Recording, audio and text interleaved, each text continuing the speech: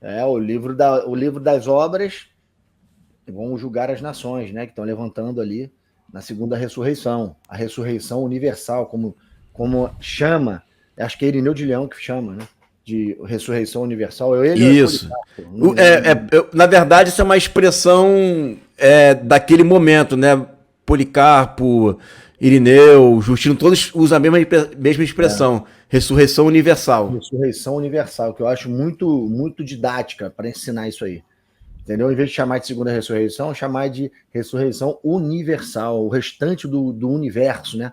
O restante do mundo, né? Que vai ser ressurreto para ser julgado, com corpo e com alma. Por isso o livro das obras está ali, né? Para julgar a cada um segundo as suas obras. As obras que foram feitas segundo a sua lei da consciência. Conhecimento de bem e do mal. É ali, nesse momento, que isso vai ser apurado para as nações. Mas também, e aí, aquilo que estiver escrito no livro, obras boas ou obras más, o que estiver preponderando entre uma coisa e outra vai ser o destino daquela vida, daquela pessoa que está levantando ali na segunda ressurreição. Obras boas lhe conferem entrar na eternidade em estado eterno. Não é igreja e não é glorificado. Em estado eterno, assim como tinha o corpo de Adão e Eva, antes do pecado. É assim que eles vão entrar para a eternidade.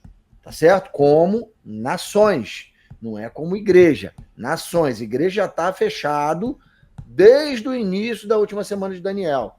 Ali fecha a graça. A igreja, ela ressuscita na primeira ressurreição e já está reinando com Cristo 1000 anos. Trono branco é no final disso tudo. Não tem mais glorificação de igreja, não tem mais nada disso. Quem tiver que ter sido glorificado já foi. Está julgando agora no trono branco. Então a igreja não é isso aí. Estamos falando das nações. Essa ressurreição universal é a ressurreição das nações, que não ressuscitaram na primeira porque não são os santos. Então eles vão ser julgados pelas suas obras. Julgados, condenados, se forem condenados, lago de fogo. Se forem absolvidos, entram na eternidade, na terceira dimensão do reino, que vai continuar existindo no reino eterno. Só vai mudar de um estado de reino milenar para reino eterno. Mas continua sendo reino e continua tendo 4 dimensões. Não vai mudar. E eles entram na terceira dimensão. Porém, é também aberto um livro, o livro da vida. Ali é aberto o livro da vida. Né? E quando o livro da vida está sendo aberto ali na segunda ressurreição, é para nos mostrar que algo aconteceu com um eleito que ele não levantou na primeira ressurreição. Então ele está levantando na segunda, este eleito está reprovado. E é por isso, e nenhuma outra razão pela qual o livro da vida está sendo aberto. Para mostrar para aquele eleito que ele não cumpriu a eleição dele. Ele é um eleito e não confirmou ela. Ele a rejeitou, ele a apostatou, ele desertou, como você quiser dizer. Não cumpriu, virou de costa, não atendeu o chamado. Mas ele nunca deixou de ser eleito. Entende? A eleição, ela não é tirada por Deus. Não. Ela é a razão pela qual você vai confirmar e ser aprovado ou você vai apostatar e vai ser reprovado. Mas você não deixa de ser eleito. Você nunca vai deixar de ser eleito para ser nação. Você vai ser um eleito reprovado. É diferente. E é por isso que o livro da vida está lá. Para mostrar que o teu nome está arriscado. Né? Eu estou dizendo o teu nome, irmão, não se sinta afrontado, não. Eu estou dizendo para explicar de forma didática. A pessoa que estiver reprovada vai ver o seu nome riscado. Esse eleito vai ver o seu nome riscado e ele vai ser reprovado. E o que lhe cabe é o lago de fogo e enxofre. Não tem uma segunda chance para ele virar nação, uma repescagem. Você está entendendo? Não existe isso. Isso aí não existe. Não cai nessa conversa. Isso aí é um perigo. É um perigo. Isso aí é mais perigoso que um calvinismo. Que e o cara fala assim, ó, se um eleito não é salvo, logo Deus falhou. Por que Deus falhou? Só se Deus elegeu ele para ser salvo, né? Aí, tipo assim, eu não quero que você se perca, eu não quero. E eu não vou, e eu vou predestinar para você não ser condenado. Aí falhou, Mas não é isso que o texto fala. Eleger não é salvar. Eleição e salvação são coisas diferentes, meu amigo, meu irmão. Eleição é uma coisa, salvação é outra. Eleição é uma vocação pela qual Deus colocou um propósito na sua vida e ser igual a Jesus. Você foi eleito para isso. Se você confirmar isso, aí você é salvo. Deus não está errando. Exatamente, ó. Aquele que começou a boa obra, ele é fiel em completar. Se você perseverar, que você está acabando de falar aí, se você for fiel a ele, aí ele vai completar a boa obra. Você tem que estar disponível para ele, né? Ele não vai anular o teu poder de escolha, não, irmão. Não vai. Entendeu? Ele não vai fazer isso. Não vai fazer isso. Ele te elege. Se você não cumpre a vocação, você está reprovado. Ele não vai cumprir aquilo que ele começou se você não quer que ele finalize. Isso aí. Deus não é déspota. Não é um carrasco para te obrigar a aceitá-lo. Se você não aceitar, ele também não te aceita. É o que Jesus falou. Se você me negar diante dos homens, eu te negarei diante do meu Pai e dos santos anjos. É uma condicional. Se você aceita e confirma, ele te aceita e te confirma diante do Pai. Se você o nega, ele também te nega. Qual é o mistério disso? A culpa é de Deus? Não, a culpa é sua. O direito de escolha é do homem. Deus te escolheu antes. Mas isso não está, vou falar aqui, Igor, periptoriamente garantindo uma condição de ser salvo. Não está, meu amigo. Não está. A salvação tem que ser desenvolvida, que nem o apóstolo Paulo fala.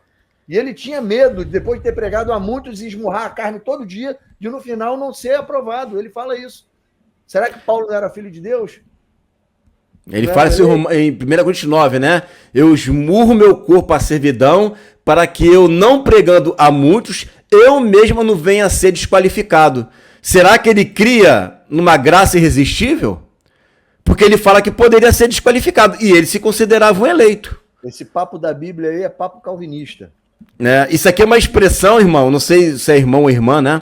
É uma expressão teológica, não é uma expressão bíblica, não. A expressão bíblica é: aquele que perseverar até o fim, esse será salvo. Isso é uma expressão bíblica.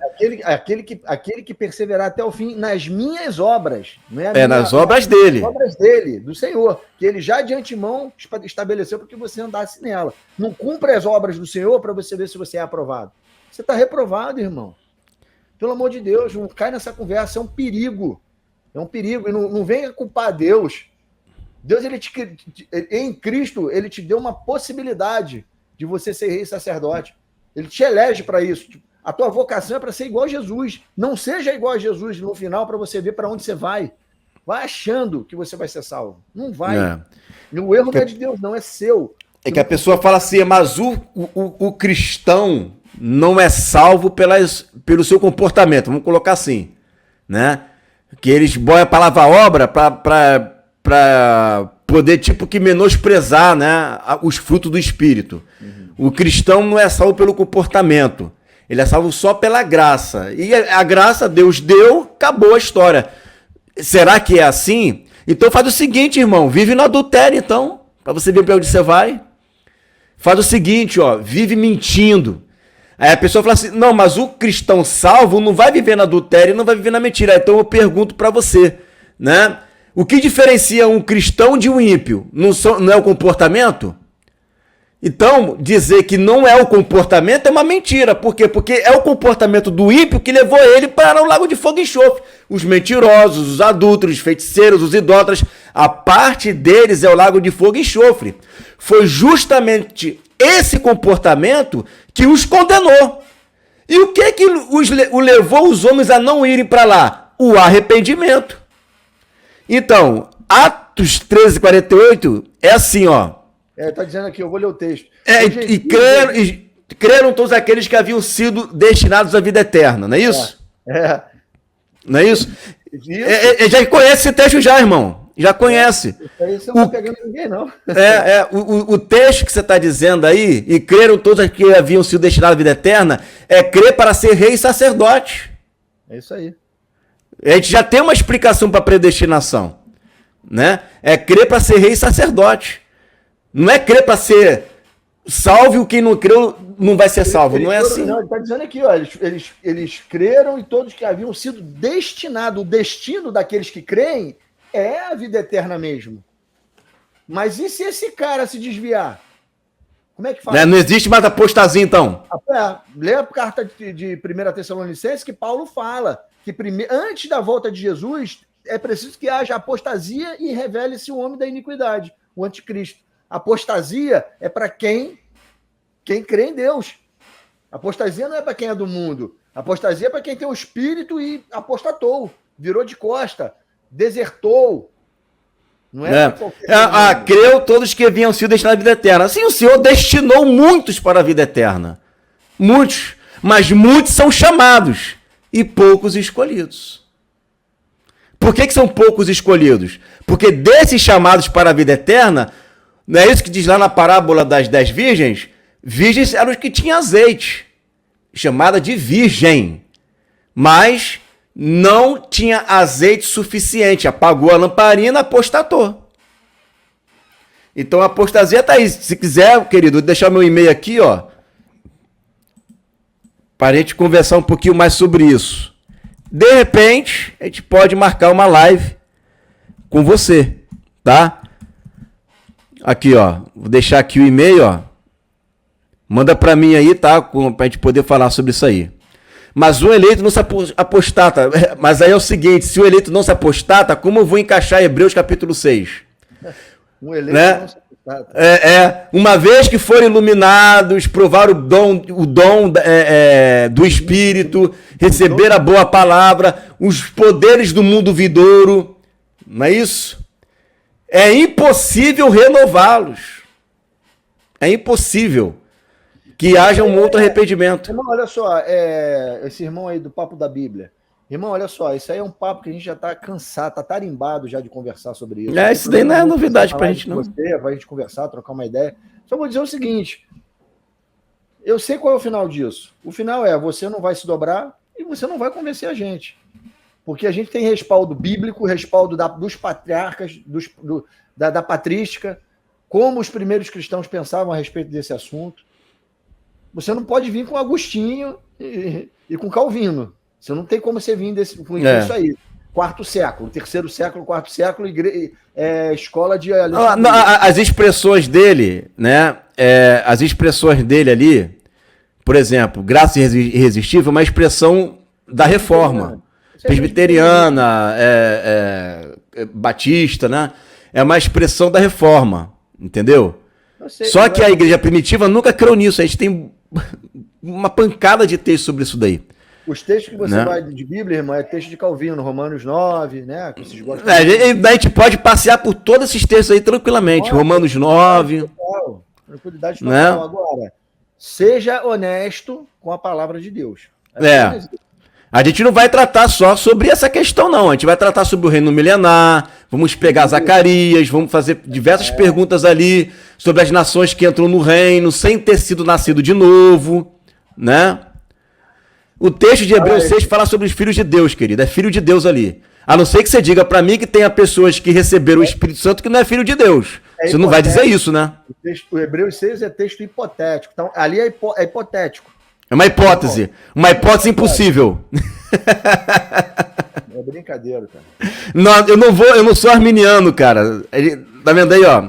Nós não somos arminianos. Nem calvinista.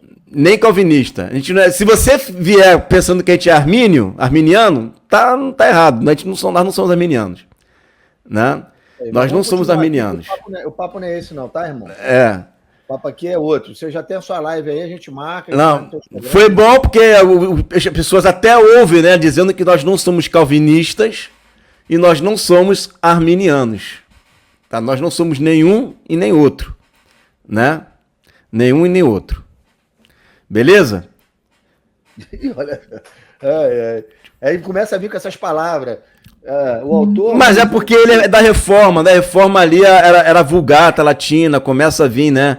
As questões que usam palavras no latim. Sola graça, sola Bíblia. Bíblia não, né? Sola escritura. Né? Mas isso aí é usar a teologia, né, expressões teológicas para explicar o inexplicável. Você quer ver um exemplo? Lá em Apocalipse 20 fala assim, ó.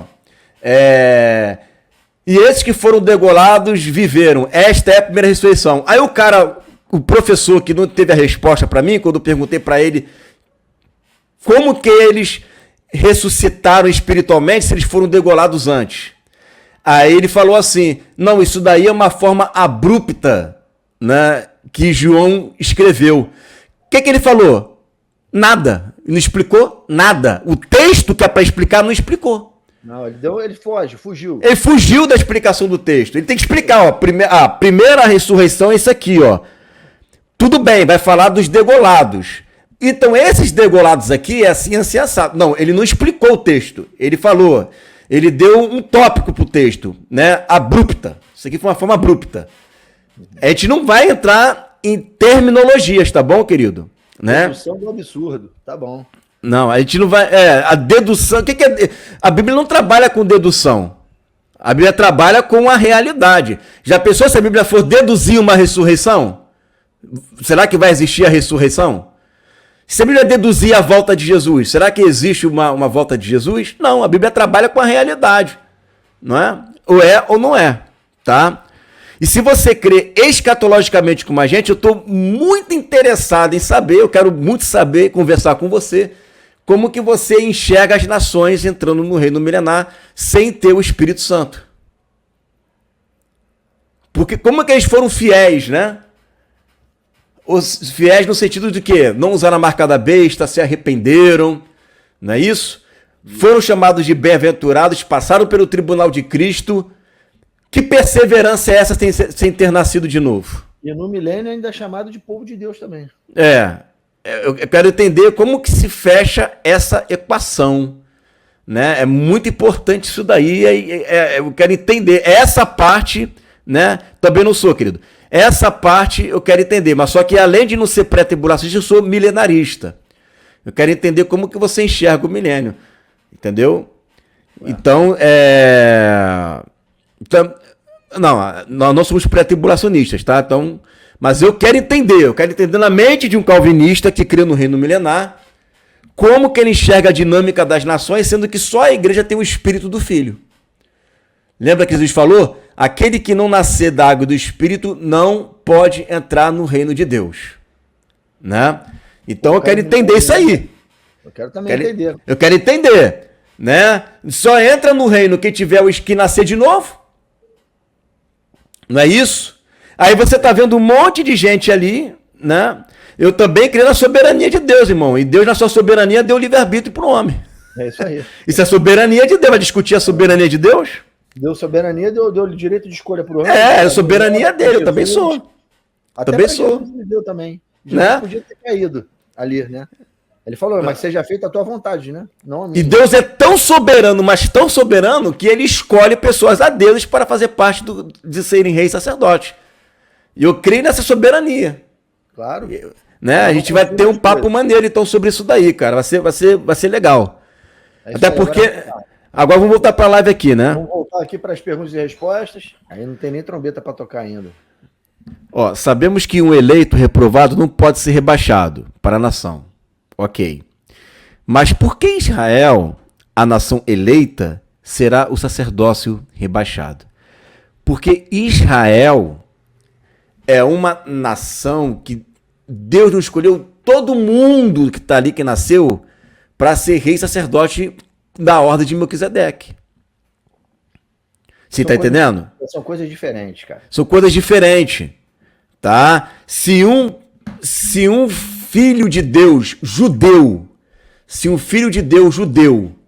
que é eleito, lembra lá de Romanos 11? Os eleitos, né? Remanescente da graça, eleitos da graça. Se esse camarada, tipo Pedro, João, Paulo, né? Se um desses camaradas se apostatam da fé, eles não são rebaixados, eles são reprovados.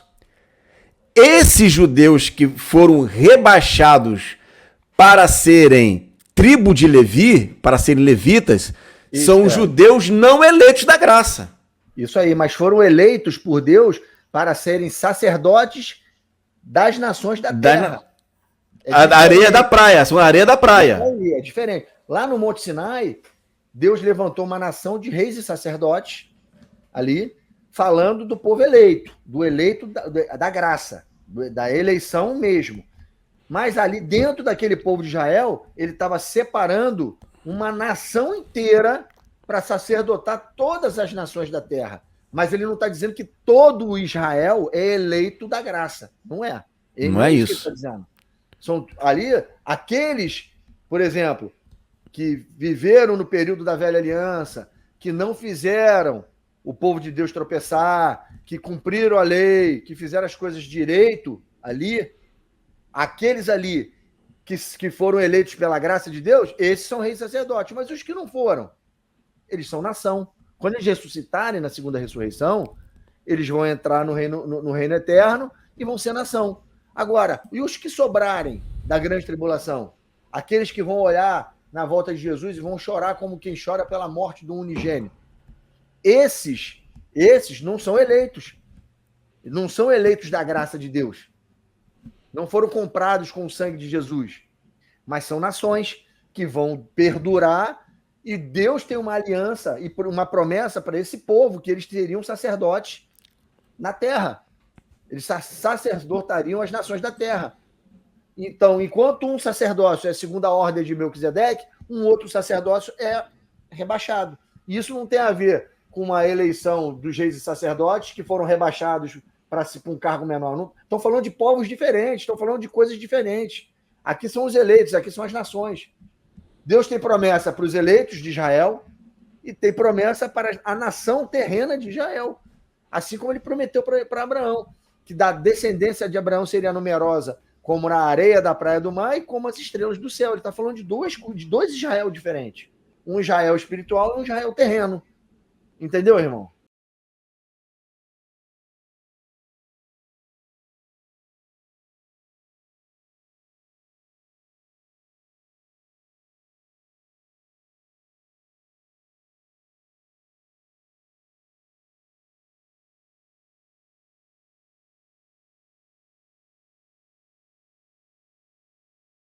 É isso aí. E aí nós temos esse texto aqui, Pedro. Olha só. Vocês saberão que eu sou o Senhor quando eu os fizer entrar na terra de Israel, na terra que eu jurei dar aos pais de vocês. Ali vocês se lembrarão dos meus caminhos e de todas as ações com que se contaminaram, e terão nojo de vocês mesmos, por todas as maldades que fizeram. Saberão que eu sou o Senhor quando eu agir com vocês por amor do meu nome, não segundo os seus caminhos, nem segundo as suas corruptas, ó casa de Israel, diz o Senhor Deus. Esse texto nunca pode estar sendo aplicado para a igreja. Esse texto aqui está sendo aplicado para a nação de Israel não eleita, que viveram no pecado, negaram a Jesus o tempo inteiro, e lá no finalzinho eles reconheceram Jesus como Salvador por causa das testemunhas. Aí para esses, Deus vai falar, olha, não é por amor a vocês não, tá? Mas eu vou ser tão misericordioso com vocês, e por amor ao pai de vocês, Abraão, Isaac e Jacó, eu vou deixar vocês entrarem nessa terra. Quando que esse texto poderia estar se dirigindo para a igreja? Impossível. Não tem como. O cara viver numa nojeira, o cara ter uma vida de nojo e ainda ser sacerdote? Não, meu irmão. Isso aqui são pessoas que não eram eleitos da graça, mas viviam com uma vida que o judeu, mesmo ele não sendo eleito da graça, preste atenção no que eu vou dizer, isso aqui é muito importante para você entender, tá? Tem um texto em Amós que fala assim, de todas as nações da terra, somente a vocês eu conheci. Deus fala isso. E por causa disso eu vou cobrar mais de vocês. Então um judeu, ele não precisa ser eleito da graça, ter o Espírito Santo, nascer de novo, para cumprir os mandamentos que estão lá na Torá. Os judeus não eram nascidos de novo, mas eles circuncidavam, não era dada idolatria, não era dado homossexualismo, tinha as regras dele. Então Deus queria esse comportamento deles, desses não eleitos. Deus queria esse comportamento deles. Só que eles já estavam vivendo igual os fariseus, na religiosidade, que é o que os profetas falam. Vocês honram com os seus lábios, mas o seu coração está longe de mim. Então Deus, olhando para isso, trouxe essa palavra aqui para eles. Eles eram para cumprir aqueles mandamentos ali. E não precisa nascer de novo para cumprir esses mandamentos. São coisas que eles podem cumprir. Guardar um sábado, por exemplo, eles poderiam guardar sem necessidade de nascer de novo. Mas o que eles fizeram? Profanaram os sábados, colocaram doutrinas de homem, vieram um monte de coisa da cabala, um monte de coisa aí de não sei da onde. E aí Deus traz essa palavra aqui para eles. Mas por causa das promessas, Deus mantém esse povo no eleito de pé. Nunca que esse texto poderá ter sido escrito para a igreja. A igreja nunca que vai viver uma vida de nojeira e Deus vai falar, cara, você viveu na nojeira, mas você ainda vai ser um sacerdote rebaixado. Não, não vai ser nada. A igreja que viver nessa dimensão, ela vive na apostasia, e na apostasia, ela é uma virgem imprudente. Isso aí. Né? Seria mais ou menos isso, né? Discernir a eleição. A eleição da graça é uma. A eleição para fazer se cumprir a lei na terra é outra. Você está entendendo? A lei de Moisés, né, a lei pela qual ele regia o sacerdócio lá, da época, são completamente diferentes. Deus chamou Israel. Israel sucumbiu. Deus chamou, Deus elegeu Israel, escolheu Israel como a nação que ia ser a nação que gerenciaria, vamos dizer assim, todas as nações da terra. E no reino milenar isso se cumpre. Vai estar a igreja aí, e vai estar a nação de Israel lá. Ainda está se cumprindo. Aí, Deus prometeu isso para Abraão, que da descendência dele sairia uma descendência como numerosa como a areia da praia do mar, areia do mar. O que a areia do mar faz? A areia bota limite nos mares. Israel colocaria limite nas nações. Esse foi o plano inicial. Os elegeu para isso. Vocês estão entendendo? Chamou Israel para isso. Dentre todas as nações da terra, Israel seria que colocaria limite em todas as nações da terra. Mas eles descumpriram a lei já logo de cara. E aí o que era para ser uma nação virou uma tribo de sacerdote. Sabe? E agora eles não sacerdotavam mais as nações da terra. Eles sacerdotavam a própria nação de Israel. Interiorizou a coisa. E aí, então, o plano de Deus se frustra? Deus não prometeu isso para eles? Não prometeu isso a Abraão? Quando que isso vai se cumprir? Nos dias de Israel terreno? Não se cumpriu. Mas vai se cumprir aonde? No milênio. No milênio. Essa nação de Israel terrena sacerdotar as nações da terra. Recebeu elas em Jerusalém, recebeu os sacrifícios dela, tratar da mesa do Senhor, enquanto o nosso ofício da ordem de Melquisedeque é outro. É um sacerdócio real. Seremos reis de todos eles e sacerdotes diante de Deus, o verdadeiro sacerdócio. A realidade desse sacerdócio. Nós representaremos Deus para eles lá no céu, lá quando a gente subir e for a Nova Jerusalém, fazer a nossa parte sacerdotal do nosso ofício. A gente tem vídeos no canal falando sobre isso, é só vocês olharem lá, irmão. Quando a gente fala sobre o templo de Ezequiel, é esse grupo aí de Ezequiel 20. Pessoas não eleitas da graça, né? Que aos 47 do segundo tempo estavam lá reconhecendo Jesus como Senhor, judeus no caso, né? Deus por misericórdia, não por amor a eles, por amor ao nome deles, e a promessa que ele fez a Abraão, Isaac e Jacó, vai permitir que eles entrem, né? E aí eles vão entrar como sacerdotes para se cumprir a promessa que ele fez lá para Zadok. Né? Tem que ser assim. Né? Exatamente. Não tem contradição, é só ver as promessas lá. E é só ver o nosso vídeo sobre a inauguração do templo. Vamos lá. Vamos lá.